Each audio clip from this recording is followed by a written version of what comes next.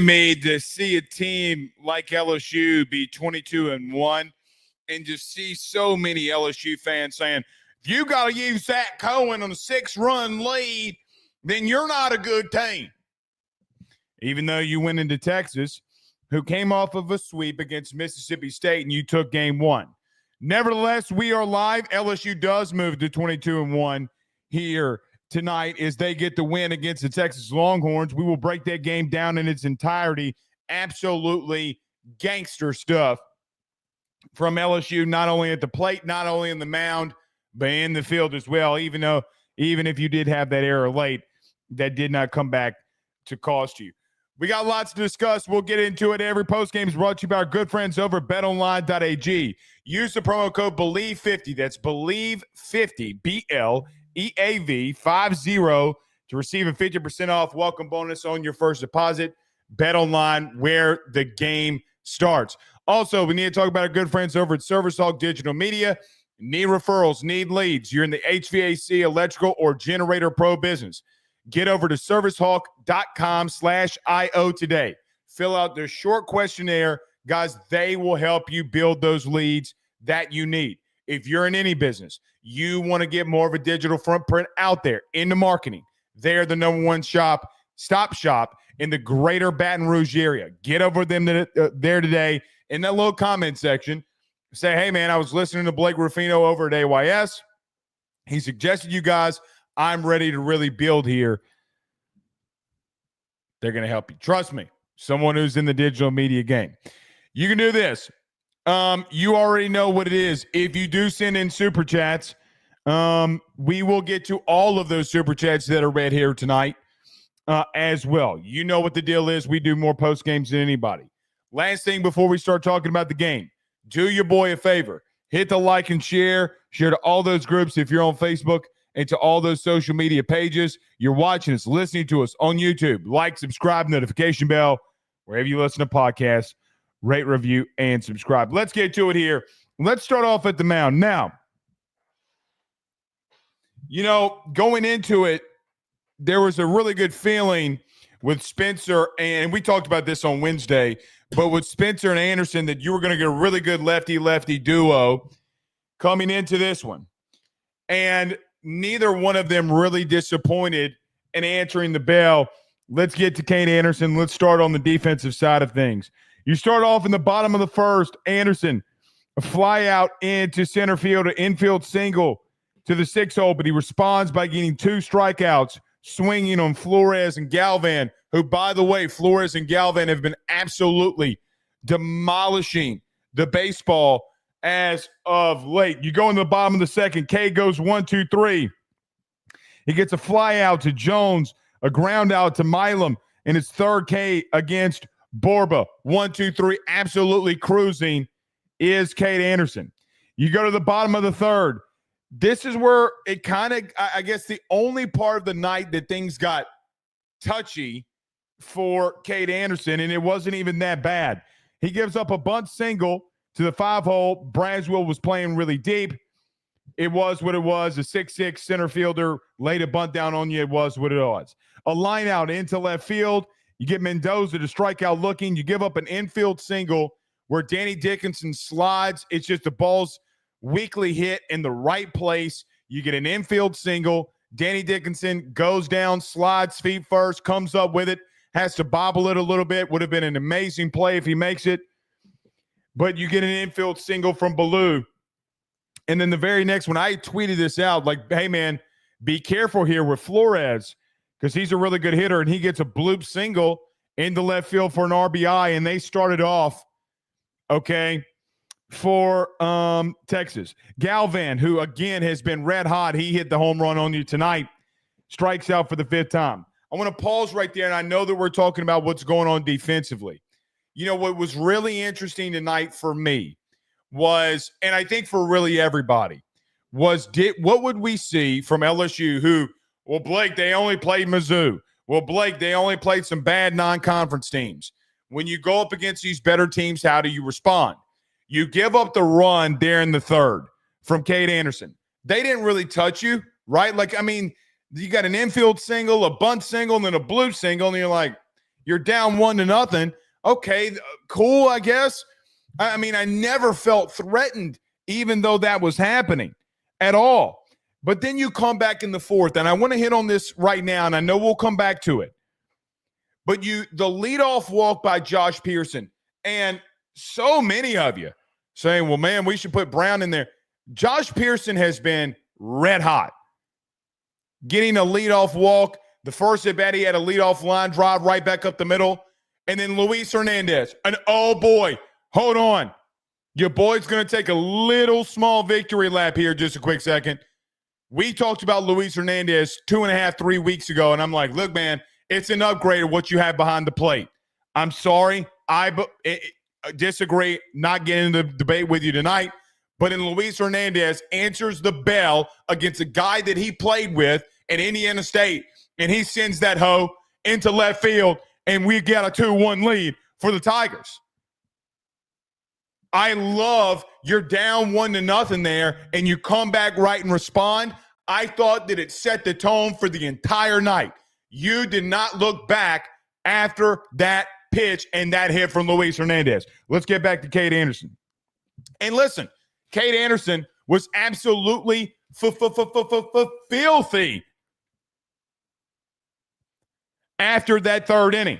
I mean, absolutely gross. I mean, Cade Anderson was more gross than a hot tuna sandwich. Dude was impeccably good. Let's go to the bottom of the fourth. He goes 1-2-3, gets a ground ball back to himself where he makes a ridiculous play, gets a ground ball to Danny Dickinson, and gets his sixth strikeout on Borba. You go to the bottom of the fifth. He does give up a line drive single to a Farmer who did hit a line drive on him the previous time, but he did get to Derek Curiel. But he gets a fly out to first base, center field, and finishes off with yet another strikeout. Was absolutely freaking disgusting. Let's go to the bottom of the sixth. You have a great on a 3-0 count. So Cade Anderson starts the fifth and starts out with a 3-0 count. I'm like, man, don't lose him. Don't walk him. Come back and throw some strikes. Works it back from a 3-0 count to a 3-2 count, a full count. Gets a weak ground ball to Michael Braswell, who, guys, quite honestly, I thought made a really damn good play on a slow roller there to get the out. Galvan, who's been hotter than a crack spoon for Texas, comes up and hits a home run into right center field. Was what it was. Anderson gives up a bloop single. Then he gets a fielder's choice, and then he ends his night with a strikeout again on Borba. Guys, you have, in my humble opinion, Cade Anderson, who was 2 strikeouts tonight away from having 3 straight appearances with 5+ innings and double-digit strikeouts. Dude was ridiculously good. Outside of the home run, they did not hit the ball well on him at all. This is a team, again, who you're coming into the series where they had 6 guys. I'm going to say 6 because they had 1 guy coming in batting .299. But 2/3 of their lineup are hitting 300+. They had really been swinging the bat a little bit here. They got a lot of power, a lot of danger. And, man, you got a lot of swing and miss. You got a lot of guys that were looking crazy at the plate, and you really, really took it to them. Cade Anderson, man, continues to impress. I have a new nickname for him, the Accountant. The Accountant. The man has more precision than the Accountant does.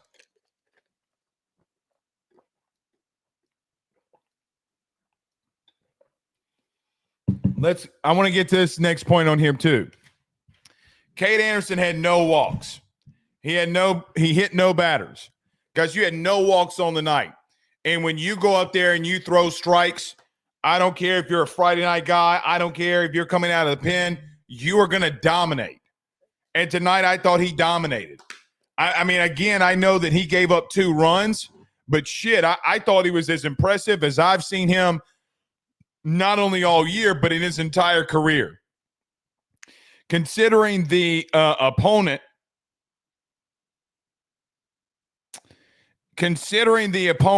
I don't know that I've seen Cade Anderson look that good. So all in all, for Cade, an absolutely fantastic night. I mean, I guess you can say he had some guys kind of get lucky on him.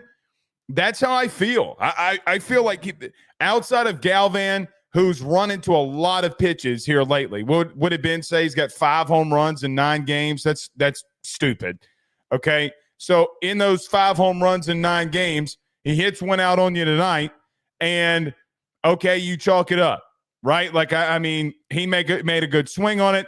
He gets it out, but everything else, a bunt, and you had 1 line drive single that you gave up. But everything else is a bunt, bloop, bloop, bloop. So it gives up 7 hits. But I really don't. It's the stat line does not give justice to how good I thought Cade Anderson was tonight. Those big 8 strikeouts that he had, absolutely fantastic. And here's the thing, too. I thought that he was very precise at locating his fastball. Up in the zone, down in the zone, hitting the corners left and right, up and down. Didn't matter. I thought he was really flawless tonight and looked really good there. Let's go to Zach Cowan because I want to talk a lot about the offense here before we get to all these comments. But Zach Cowan comes into the 7th inning, gets his first 2 guys to strike out in Gasparino, the 8-hole hitter, and the 9-hole hitter, and Farmer. Mendoza comes up, the leadoff guy, and then you have an error by Stephen Milam, which prolongs the inning. Guys, it would really be interesting for me there if you can get out of that inning and you keep that pitch count down. What, God forbid, your 35, 40 pitches. If Zach in a pinch situation can come in on a Sunday if you absolutely needed him. But it did prolong the inning because you had an error by Stephen Milam. You gave up a ground ball single right back up the middle. And he does get a fly out, but the inning ended in 30 pitches. Guys, he threw 15 more pitches in that inning because of the error. Listen, you've been really good, and I am not going to get on Stephen Milam whatsoever here. You have been really good defensively. You made an error. It might have been his first error of the season. Guys, I have watched as many innings maybe as anyone. I try to watch every game, if not every inning. Maybe I've missed I missed the first inning of the midweek this week. I don't remember Stephen Milam having an error all year at shortstop. You got to kind of chalk it up. It was what it was. I would have been interested to see what happens there. I still think Jay goes the full 3 innings with him there, the 7th, 8th, and 9th. But Cowan does come in the 7th and gets 2 strikeouts, and gets the fly out into right field. No damage done there. The bottom of the 8th, guys, he goes 1, 2, 3. And here's the thing, too. He gets all ground balls in the 8th. So he gets a ground ball to Danny Dickinson and 2 back-to-back ground balls to Michael Braswell, who made really good defensive plays at third base. Guys, Zach Cowan's changeup is putting more people – it is retiring more people than a nursing home. He 1,000% is – I'm not going to say – I don't want to say yet the best arm out of the bullpen because I think Casey Evans' upside is absolutely ridiculous. But this dude is insane. This kid can really play. This kid can really pitch. His changeup is arguably the nastiest I've ever seen. And listen, I was talking to a good buddy of ours who's been on this show, who's been in a front office in Major League Baseball for over 25 years of his life. And me and him were talking about Zach Cowan, and literally, I think it was Thursday or Wednesday, I forget, but I think it was Thursday or yesterday. And I was like, the crazy thing about Zach Cowan to me is that it seems as if that he's throwing a fastball. He's got the same exact arm motion. And then like the guy I mentioned tonight that was on the call, which I thought Ben and the guy from Texas that was on the call tonight was absolutely fantastic for what it's worth. But it's like he was right. It's like a parachute comes out on the baseball and it just dies there. It goes full Matrix mode. Guys, he got 3 ground balls all on a changeup. And that is ridiculous. And you go 1, 2, 3. He does not have like power put away stuff. It doesn't matter. If you want to hit the ball on the ground and we're going to field and throw you out, it is as efficient as anything else you can get. By the way, he does have a 30 pitch inning in his first inning of work. Guys, he had 9 pitches. 9. I mean, it's as good as you will get there. That's absolutely ridiculous. Absolutely ridiculous. Let's go to the bottom of the ninth. You get the absolutely ridiculous play by Bear Jones at first base, the diving stop that he makes. You get a strikeout and then a ground ball to Danny Dickinson that ends it. Tonight on the mound, I thought you were more than flawless, guys, against a really good lineup, a team that can really hit the baseball. At least that has shown that they can really hit the baseball. You gave up no walks. You had an error defensively. Okay. Other than that, you were flawless. I thought Braswell, who had a lot of chances at third base tonight, looked really good. Bear Jones looked really good. You know, the play that he had in the first inning where he's going up the railing or going up the sidelines, he's got to get on the netting and basket a catch. The play that he makes at the top of the ninth, you know, we never talk about defense. And one thing that's interesting going into year 4 of Jay Johnson, guys, what used to be a very big topic around LSU was how bad LSU could be defensively, whether it be Jordan Thompson, whether the complaints were about Michael Braswell a year ago, regardless of what it was, regardless of what it is, or the first couple of years, like, hey, man, you're giving up too many pass balls behind the plate. When did you have a pass ball tonight? I mean, in a critical situation. You know, by the way, Texas had runners on second and third in the fourth or fifth inning. We're about to talk about it. Or no, it was the fifth inning. The fifth inning. Oh, no, it was that fourth inning. Whatever inning it was. You had runners on second and third, and Luis Hernandez is lined up inside, and Cade bounces one in the left-hand batter's box, and he makes a massive stop there, right? I mean, like, we don't talk about it, but it was flawless in all key aspects of defensive play tonight. I thought you were flawless. I thought it was the best I saw you play all year, considering the opponent and considering how Texas looked the last weekend. Guys, you're talking about a team that's 17-3. I mean, they're a really good baseball team, man. A really, really good baseball team. And you took it to them tonight. The walks, not having any walks, I should say. Let me clarify that. Not having any walks is absolutely number one. It shows that this team can come in here and focus on one thing. Cade's had some walks later in innings. Didn't have it tonight. Zach Cowan is a strike throwing machine. Even going back to Wofford. Guys, didn't he have something ridiculous like 100 strikeouts and like 23 walks? That is insane. I don't give two Rudy Poos if it's against JV play or if it's D1 baseball. That is stupid. That is absolutely stupid that you do that. He didn't have any walks in again either tonight. So all in all, defensively and on the mound, you were absolutely ridiculous. Let's get to you at the plate, and we'll get your thoughts, questions, concerns. Top of the first was a lot to be desired. You know, that first time through the lineup, I was like, damn, LSU was struggling there, but you were able to figure it out. Kirill walks in 10 pitches. Jones strikes out. Dickinson strikes out. Ethan Fry walks. Stephen Milam strikes out on 3 pitches. You go to the bottom or the top of the second. Pearson line drive right back up the middle. Luis Hernandez sack bunt to advance the runner, but Braswell would fly out and Stanfield would strike out. You had 4 strikeouts the first time through the lineup. And look, man, Spencer, the lefty, he really took it to you that first time around. I mean, I guess you can look at it and say, hey, man, he got you, the first time around.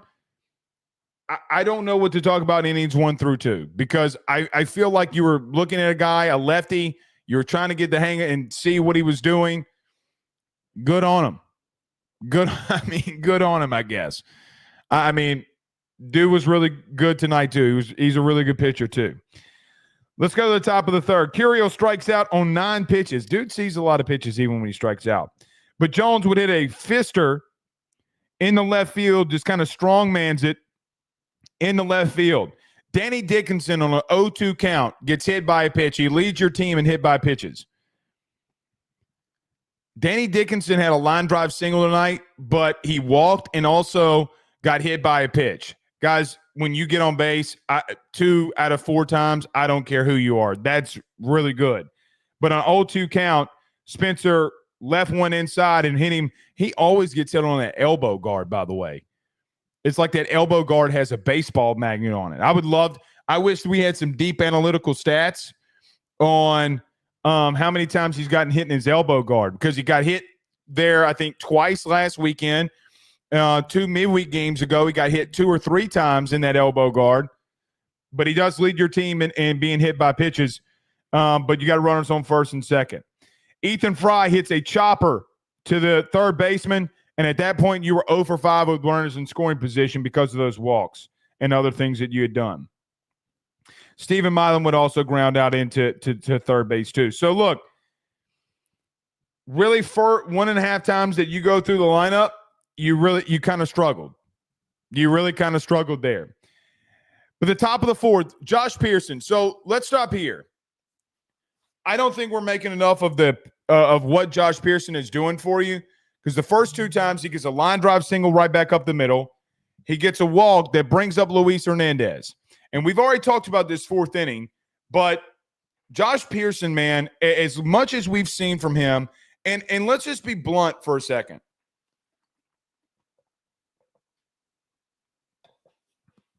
Excuse me. Ever since that A&M series a year ago, when the number 1 team came in, and Josh Pearson hit that line drive to third base down the left field line that would kind of blow up the series to where you would win it, something clicked for him. I don't know what it is, if it's just experience all coming into it. You're talking about a guy that hit a bomb for you in the national championship run, was a starter for you then, kind of didn't really make it until later part of the season last year, kind of got beat out, then made his way back. But now, man, he is a staple in your offense. He does so many things right. You know, he had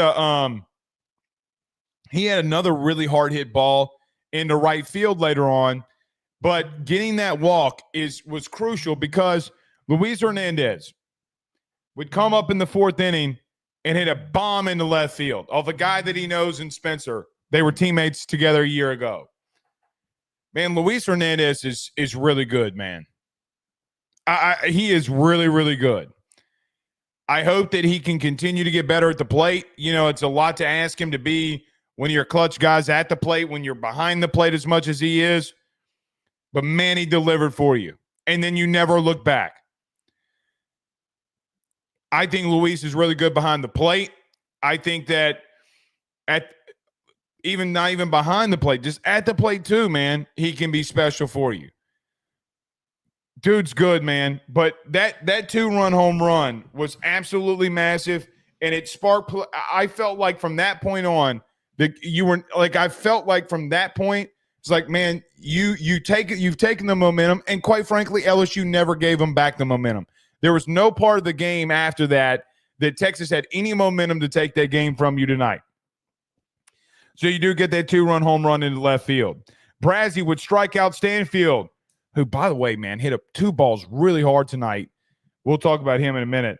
But it's a ground ball to third base, a bloop double, a bloop that went into left field for Derek Curiel. Doesn't matter. It's still a hit.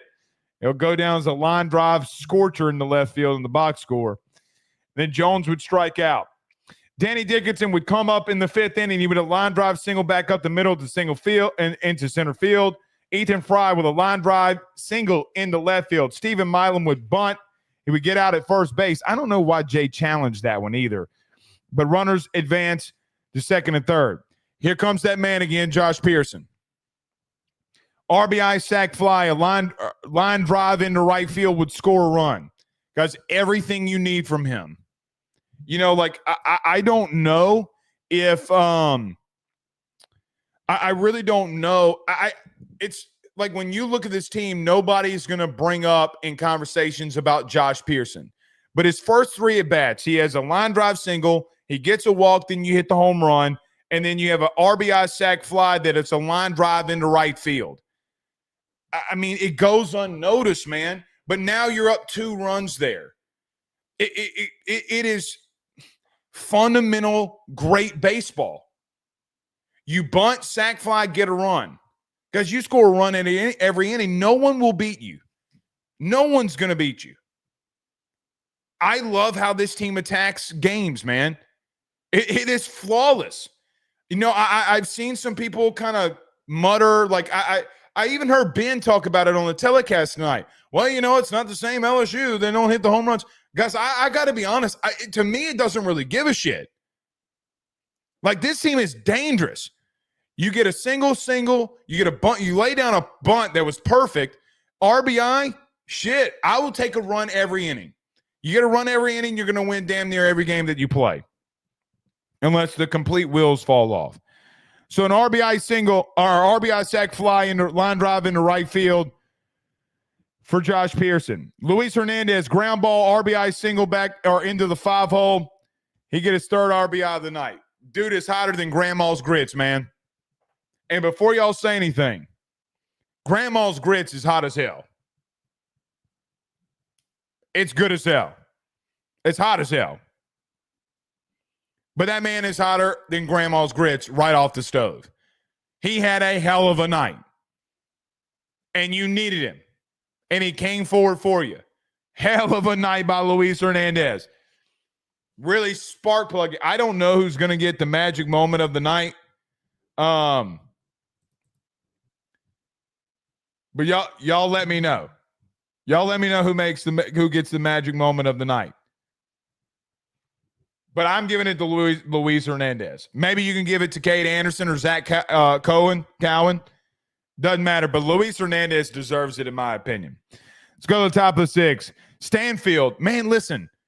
I know a lot of is being made about Chris Stanfield at the current moment because he hit the ball hard tonight. He had a fly ball scorcher at the warning track to start the 6th inning into center field.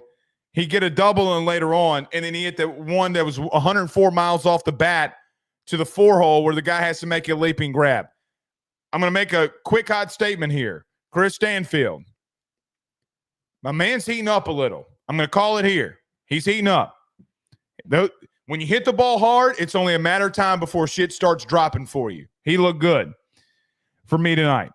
Derek Curiel gets hit by a pitch on the 0-2 count. Man, a lot of 0-2 count hit by pitches for Texas. I mean, 2, but that's still a lot. Jones would fly out in the right field. Danny Dickinson would walk. Jake Brown would come in and pitch hit for Ethan Fry, and he would strike out, which, let me get to this comment because it was the first one here tonight from A. McNabb. He says, Blake, I'm just going to say right off, the umpire was effing horrible. Yeah, I mean, listen, man. The Jake Brown strikeout when he came in and hit for Ethan Fry was stupid. It was a horrible call. Horrible call. But look, man, you got to know, you got to be locked into the game that this guy's been more ass than the Kim Kardashian sex video. Right? Like, he's been ass for both. And listen, if you're going to be ass for both sides, right? But the man behind the plate tonight was more ass behind the plate than Kim Kardashian sex video. Top of the 7th, Milam line drive single the opposite way into left field. Pearson would fly out in the left field again. Golly, Josh Pearson. Hernandez line drive single in the right field. Braswell would bunt. They gave him an infield single. Man, Michael Braswell on these damn bunt singles. Dude can perfect it, man. And listen, I hope I'm not trying to take a shot here. I'm not. When you play fundamental baseball and you play fundamental baseball correctly, guys, you will win a lot of baseball games. You will win you can win a national championship the way that you're playing baseball right now. If you do everything right, fundamentally right, guys, the reason that the fundamentals kill everybody is because they don't do them better than you do. I'm not trying to take a shot with what I'm about to say. The don't bunt scenario narrative that's been around LSU is absolutely, positively, 100% dog water, Bourbon Street trash water, complete dog shit. You expose yourself when you see what Braswell has done for you the last 2 weekends at trying to advance runners, Stephen Milam advancing a runner, and then it continuing to pay off for you. I will give up an out for a run 10 times out of 10 times. Unless you're just down massively. Then I'd be like, okay, swing away. But when you're in a close game, advance the runners. But Braswell gets an infield single on the bunt. Chris Stanfield, line drive single down the left field line at 104 miles an hour off the bat. I'm telling you, man, Chris Stanfield, at some point, him hitting the ball as hard as he is, some of these hard hit baseballs are going to start dropping for him. This one did. I think more is to come. But an RBI line drive double down the left field line. Derek Curiel would strike out on 9 pitches. Dude, this kid's insane. I mean, I know he struck out twice tonight, but he's seen a lot of pitches. Then the backbreaker came from Jared Jones in the 7th. He hits a 2 RBI single in the right field.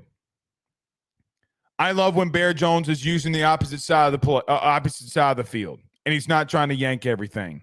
He is arguably one of, if not the most dangerous hitter in the country when he is taking everything to the opposite side. And he's seeing the ball deep, no pause, no diddy. He's letting the ball travel deep, no diddy, and he's taking that bitch the other way.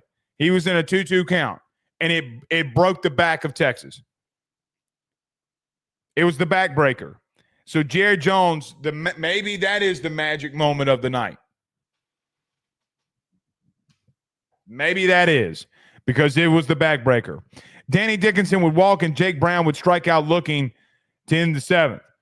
Top of the 8th, Milam would walk, Pearson would strike out, Hernandez fly ball in his deep center field, and then Michael Braswell with a line drive to second base and another leaping grab by their second baseman.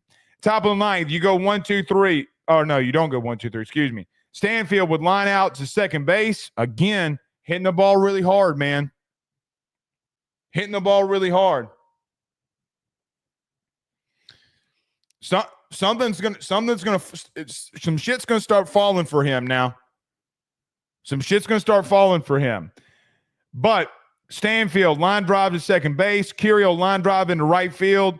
Fielder's choice for Jared Jones, and then Danny Dickinson would fly out into left field to end the night for you at the plate. At the plate, let's just say it like it is. For me, guys, you continue to just put so much pressure on teams that they will break every single inning. Guys, if Chris Stanfield, who's hitting the ball very hard, is your 9-hole guy, this lineup is dangerous everywhere. You know, like even when you have a situation where, let me go back to it. Where was it? Stanfield. Okay, led off an inning. Absolutely scorched one in the center field. And then you just continue down the lineup. Jake Brown, Luis Hernandez, Ethan Fry. I mean, listen, man, the depth and the way that you can go in and out and mix and match in your lineup, you're continuously averaging, even after tonight, in the 17-game winning streak that you have, you're averaging 10 runs a game. That is ridiculous. You're the number 3 team in the country in runs scored right now. You're per average the number 3 team in offense right now. And guys, quite frankly, that is dumb. You're not hitting the home runs. It doesn't matter. If you're going to continue to manufacture the way that you're doing, guys, this offense is hitting on all cylinders. Might look a little bit different. Who gives a shit? Your strikeouts are down. Your swings outside the strike zone are down. Your walks are up. Your runs are up from a year ago. So everything that you want to be up right now, you're not at the place where you were from home runs, but who gives a shit? Like, literally, who gives a shit? So all in all, fantastic night for you at the plate. All right, let's get to these super chats. LSU fan 124 with a $5 super chat says, "Hey Blake, I'm not sure if you can draw up a better game one." LSU fan 124, I agree. I don't think there's a single thing to complain about except maybe the ump tonight. Yeah, I mean, listen, to LSU fan 124, I agree. I mean, like, because you could go to Anderson let's start there. I mean, like, you gave up a long ball, okay. They had to have a bunt single and a couple of bloop singles to get a run. Guys, they had to score on you tonight, literally outside of the home run that K gave up to a really big-time power hitter, was a bunt and 2 bloop singles. Can't go there. Zach Cowan has an error after striking out the first 2 batters by Stephen Milam. Doesn't matter. He comes right back and responds. Then goes 1-2-3, 1-2-3. Flawless victory. Like we're Mortal Kombat. If you wanted to complain about anything, which you shouldn't, but if you wanted to complain about anything that happened with you at the plate, would maybe be the first time around that you saw Spencer. I mean, through 3 innings, you were 0 for 5 already with runners in scoring position. Okay. Fair. I mean, like, I could see that maybe as a talking point. Like, it would definitely have been a talking point if you would have lost tonight. But again, this team, they just put so much fucking pressure on you, man. So much pressure. Because you go through a lineup the second time and this team sees you. It's really what's been happening with this team every week. Every time that you have a starting pitcher that, and by the way, think about this.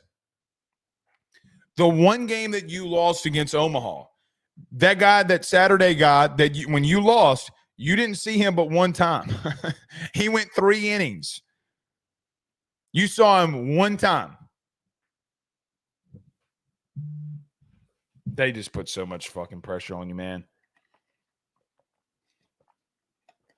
So I guess if you wanted to complain, which you shouldn't, all in all, I agree with LSU fan 124. Swamp King with a $5 super chat. He says, horns down, this team is really good this year. I think they are too. I think they are too. They do it by being fundamentally sound and beating you every way. Now, again, you got a lot that you're going to learn tomorrow, right? Tomorrow is a big day. Can Anthony Ianson throw strikes? How does Texas respond? And quite frankly, let's call it what it is. Is he going to get rocked again? And I like Anthony a lot.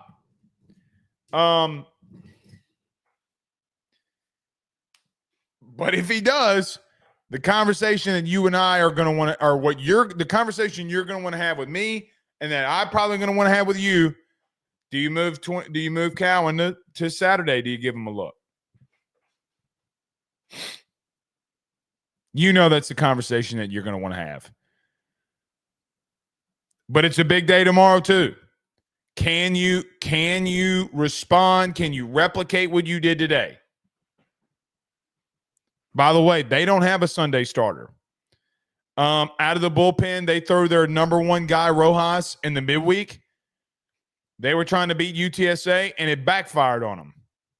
It massively backfired on Schloss. So, yeah. Oh, we will go around your SEC here tonight, too. A&M, by the way, Texas A&M is 0-5 in SEC play. 0-5 in SEC play. God, you got to love it. Michael Early was given an unreal situation, and he's fumbling the bag. Dr. Butler with the $20 super chat. John Sibley Butler says the Tigers threw the best arm tonight. How much is the drop off in the bullpen for other starters? Well, Dr. Butler, I would say this: you got Maverick Rizzi, you have Kason Evans. I don't know when you come in with Kason Evans. I'm assuming it will be sometime tomorrow, unless your doors get blown off or you blow their doors off. I'm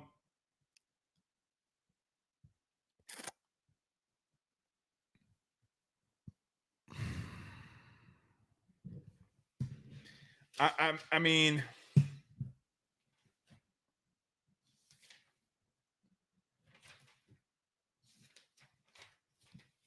Connor Benj has not been fantastic of late. I'm just going to go ahead and say it. I want to see William Schmidt. I want to see him come back in a SEC game where the jitters hopefully are not flying as much, right? And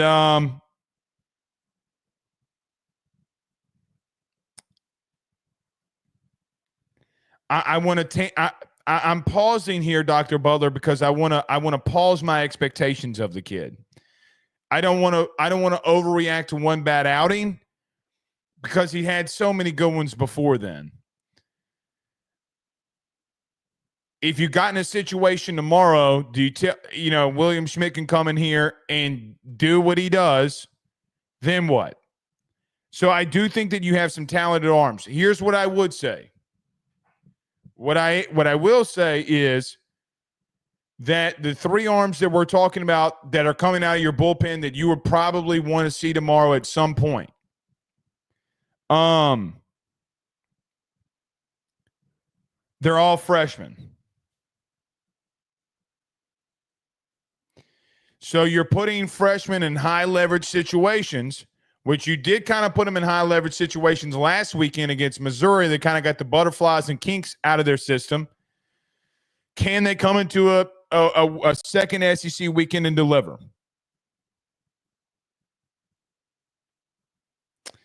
I'm going to be very interested to see what Jay says in the postgame of why he threw Zach Cohen up 6. I do agree that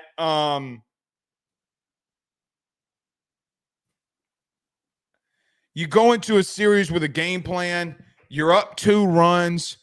When Cowan is fully warmed up and ready to go, then the doors get blown off for Texas. You get the 2 RBIs by Jones. And it's like, do you not go to Cowan there?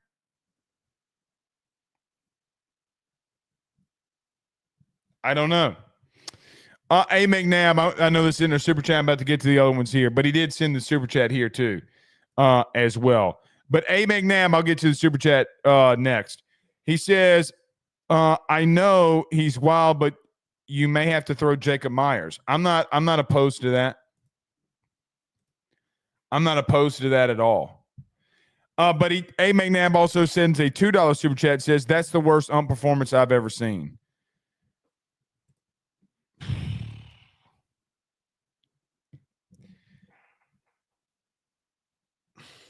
Yeah, man. I mean, listen. The guy behind the plate tonight was pure ass. Luckily, it did not bother you. That's another good thing. The guy behind the plate tonight was bad, and it still didn't bother you for scoring 8 runs on a Friday night against an SEC opponent. That's the great thing. And an SEC opponent in Texas who's coming off a sweep against State, too. Which, by the way, State beat Oklahoma tonight. On the road.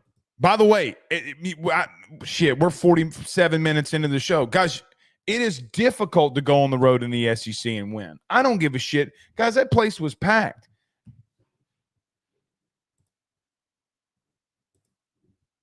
I mean, going on the road is not easy. And it was, I'm trying to think. I mean, it's your first true road experience. So, yeah.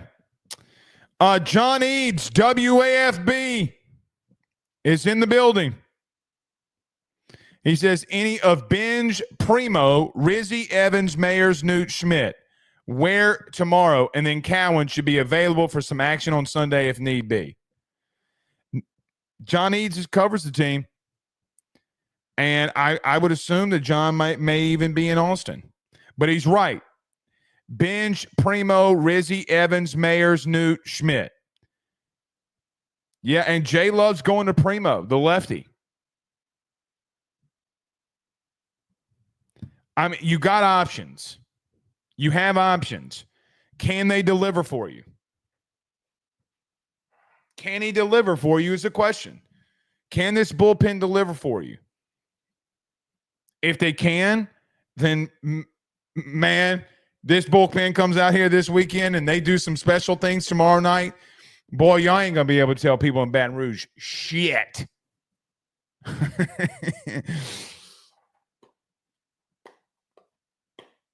Be like an NBA YoungBoy concert in the middle of Baton Rouge. You ain't going to be able to tell people shit. They just going to be ignorant no matter what happens. So, yeah, all in all, really good. But y'all go follow John Eads on Twitter and on YouTube. John does some fantastic stuff. WAFB. Good to see, by the way, multi-time guest Jocks Doucette get his Twitter back. It's not missed upon me that Jocks got his Twitter back. I know he's excited. Man, that dude's got like 90-something thousand followers. I'd be pissed off too.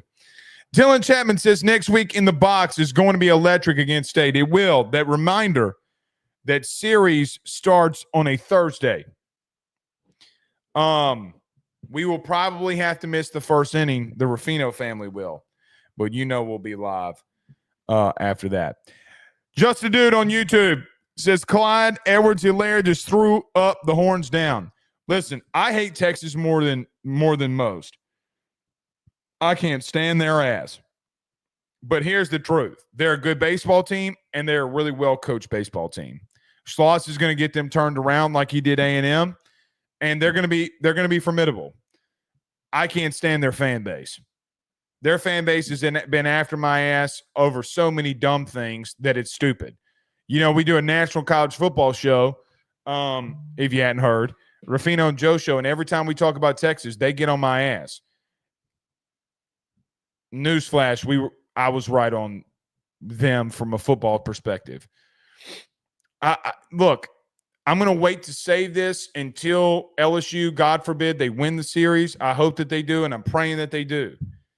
But sending their ass over there, I'm glad you got the win tonight. You sent LSU over there because it's the first home series for Texas, and you want to send the pinnacle of college baseball to Texas. Guys, they've been pandered to more than anything. They got a shitty, soft-ass football schedule. They got a shitty, soft-ass baseball schedule. Oh, I say shitty, soft. It's not really soft. All of their big games are at home. They got Georgia, and at the beginning of the season, A&M. They got LSU at home. I think they got somebody like Vandy at home. It's stupid. It's absolutely dumb that they pander to their ass the way that they do. Chapman also says Texas will probably be in Omaha, so this series is going to touch. I don't know if they're good enough to be an Omaha team, but they're definitely a regional, super regional team. That's for damn sure.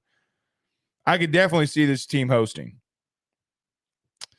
They got arguably the most annoying fans in the SEC. That's saying something because Tennessee fans exist.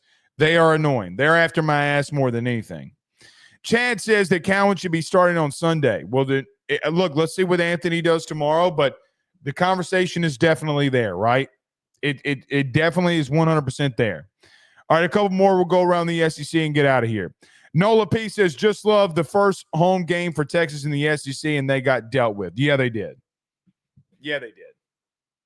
And they got dealt. Texas got dealt by the pinnacle of college baseball. You're damn right they did. And you know what? I'm going to tell you something. I probably should keep my mouth shut on this. But I'm going to tell you something that I know for an outright fact. I don't think, and this is, this probably won't ever come out like this, but it's fact. I don't think that this team took too kindly to that they got moved to number 2. And I think that your head coach knew what buttons to push this week. Hey, man, Tennessee's better than you. You ain't done shit all year. Y'all think Jay don't be talking to them like he's crazy? They're crazy now. Jay knows what buttons to push. He knows what buttons to push. All right, let's go around the SEC. Did I get to this one? Lucas Abear. I don't think I did. Lucas Abear with a $2 super chat says LSU dog walked that A. Yeah, they did. Yeah, they did. I'm so glad they did. I'm so glad they did. All right, let's get to around your SEC, then we'll get out of here. Auburn, by the way, did y'all see this final? Auburn 8-7. Auburn scores 2 runs in the top of the 9th against Kentucky. They scored the 2 runs on a pop fly that was in the infield that got lost. Kentucky was 1 out away of getting out of it, and they lost because they lost a pop fly in the infield. They lost 8-7. Number 20, Auburn beats Kentucky 8-7. Georgia beats Florida, who, by the way, Florida is 0-4 in the SEC. They beat them 8-7. They also scored 2 runs in the top of the 9th, and they're able to take that game. Listen, West has got a squad now, and they can hit. Can't pitch worth of shit, which is kind of ironic. Their starting pitching is ridiculously bad. They gave up 3 runs in the first inning, did Florida. Florida had 3 runs in the first inning. Pitcher got pulled. They responded by scoring 4 of their own in the next top half of the inning. Georgia's a good squad, man, and there's a reason they're the number 4 team in the country, but Florida moves 0-4 in the SEC. Not good right now for the Gators. Tennessee beats Alabama 10-7. Alabama did win the Thursday night game, so that series is split. They go into a final tomorrow for who will take that one. Justin LeBron, who leads the country in RBIs, did go 2 for 5 tonight with an RBI. Alabama's a really good squad too, man. Alabama and Tennessee. That's a heavyweight swinging fight right there. That's for sure. Ole Miss. Maybe Mizzou isn't as bad. Ole Miss wins barely 9-6. They had to get a big 4th run, 7th inning to be able to take the lead from Missouri, but they do win that one 9-6. A&M falls to 0-5, and they fall to 500 on the season. They lost 3-1 to Vanderbilt on the road. Mississippi State holds on late against Oklahoma 2-1. South Carolina got run ruled in 7 innings by Arkansas 12-2, and Paul Mainieri's got a really bad team. They're not good. And I did y'all, by the way, quick side note.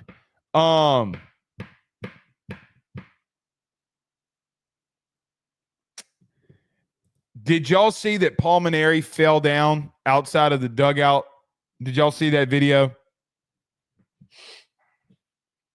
Did y'all see that video? One of South Carolina's hitters thought he had a ball 4 and he threw his bat, just kind of showed up the umpire. Paul ran out to pick up the bat and he fell down. It was a really bad fall. And it's funny, but man, Paul has been losing his mind in the dugout. He has been losing his godforsaken mind. I got to be real with you. I have been keeping a really close eye. I've told you this every single Friday night postgame show. I have been keeping a really, really close eye on South Carolina. I've been keeping a really close eye on Paul and that team. I watch a lot of South Carolina baseball. I have not seen Paul Mainieri this mad about baseball in a long time. They are not good. They are a bad baseball team right now. By the way, Terry Rooney, for what it's worth, Terry Rooney, I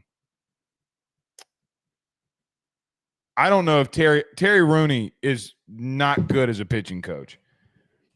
I have no idea what they're doing.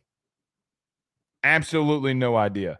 I saw somebody ask me about the commit today, Dylan Porter or Purter. The 4-star DB. I'll get to that more. I was going to get to it tomorrow because of the fact that we're going to be out there for football tomorrow. So yes, come back for tomorrow's post game. We'll do our football practice breakdown tomorrow as well. The kid's not a corner. I know at least he didn't commit to LSU as a corner. He'll probably play that star role. I think is what they're going to be. They recruited him at. Actually, I don't think it's what they recruited him at. It'll say corner. The kid's going to be a safety. He was recruited by Jake Olson, not Corey Raymond. That should tell you everything that you should know there as well. Jeremy says, I forgot Paul came out of retirement. He did. Listen, man, he is stressed the F out. He is stressed the F out. They are not a good baseball team right now.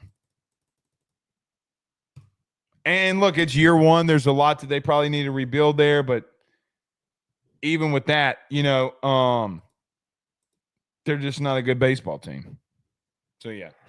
All right, man. That is our postgame show. We'll see you guys tomorrow. We will have practice updates as well. Let's go take the series tomorrow from Texas. Do us a favor as you leave. Hit the like and share. 817 of you beautiful souls in here. Thank you so much. We'll see y'all soon. You have a good one.